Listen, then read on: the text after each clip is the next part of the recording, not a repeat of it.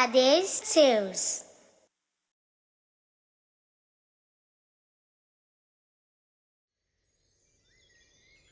The wolf was a silent hunter. He spent his days and nights prowling around, only stopping for sleep when another member of the pack could take over. I have the sharpest teeth, and that makes me the greatest animal in the world. No one can beat me. The wolf had never met an animal that he couldn't beat in a fight. I will never be defeated. The pack always have my back, so I'll never be in danger. Actually, I don't think I need the others. I'm going to go off on my own. I'll be safe. I can look after myself. The wolf had no fear, because he had always been protected by his other wolf friends. Winter snow had fallen, and the wolf decided he would explore the forest alone. I love snow. It is harsh and cold. My fur is tough, and I can keep myself warm.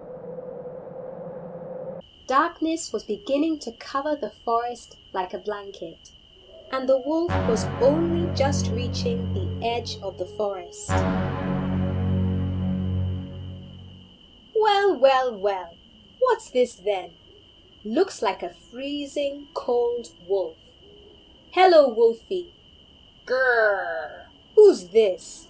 I've never seen such a big cat. He must be a big softy. Nice fur, pussycat. Snow Leopard drew out his claws and gritted his teeth.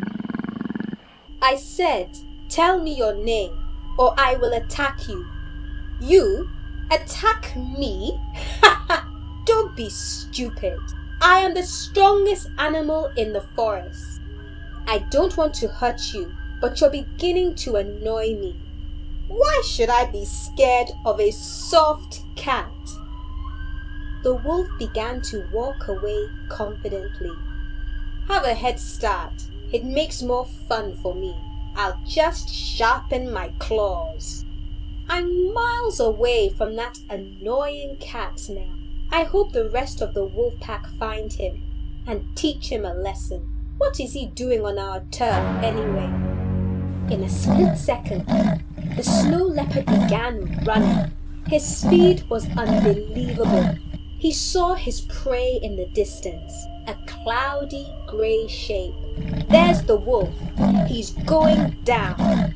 The snow leopard pounced on the wolf from behind and dug his claws into the wolf's furry back.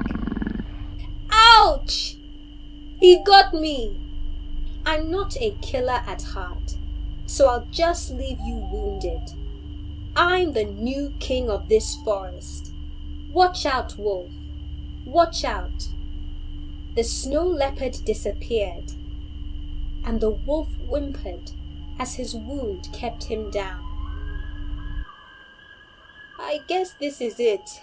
I have no one to look after me.